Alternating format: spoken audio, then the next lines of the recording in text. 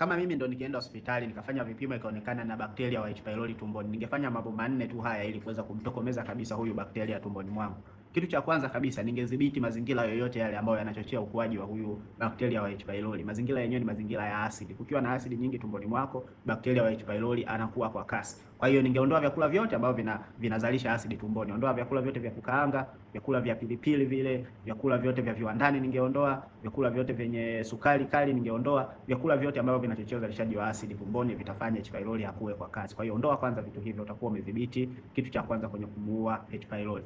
Hatua ya pili ambayo ningefanya ni kuanza kujenga na kulinda ukuta wangu wa tumbo, kwa sababu ukuta wako wa tumbo ukiwa dhaifu, H pylori anaushambulia kwa kasi kiasi kwamba utaanza kupata sasa vidonda vya tumbo. Na ningefanya hivyo kwa kuanza kutumia kwanza asali mbichi, ile asali asilia yenyewe, ningetumia asali hiyo. Pia ningeongeza vyakula vya mboga mboga pamoja na protini ili kuweza kulinda kuta zangu za tumbo. Lengo hapa ni kuboresha uimara wa kuta zako za tumbo ili hata H pylori akishambulia ukuta uwe imara. Kitu cha tatu, ningetumia mbegu za mlonge. Hizi mbegu za mlonge huwa zina viambato ambavyo vinaweza vikaua hawa bakteria wa H pylori. Kwa hiyo unaweza ukachukua mbegu moja hadi mbili kwa siku, unazimenya vizuri, unazitafuna, alafu unasindikiza na maji. Na hatua ya nne, hii ni kwa watu ambao wanataka msaada kutoka kwetu kuweza kutatua changamoto ya H pylori, kiungulia tumboni, tumbo kuwaka moto, gesi nyingi tumboni, vidonda vya tumbo na acid reflux. Hatua ya nne ni kutumia hii dozi ya Tumbo Flax ambayo inakuwa na dawa ya Tumbo Flax pamoja na dawa ya kusafisha tumbo. Hii dozi inaweza ikakusaidia kabisa kuua H pylori tumboni, kutibu vidonda vya tumbo, acid reflux na dalili zote ambazo zinaambatana na changamoto hiyo. Gharama ya hii dozi ni 1,165,000. Unaweza ukasoma hapo caption kufahamu ofa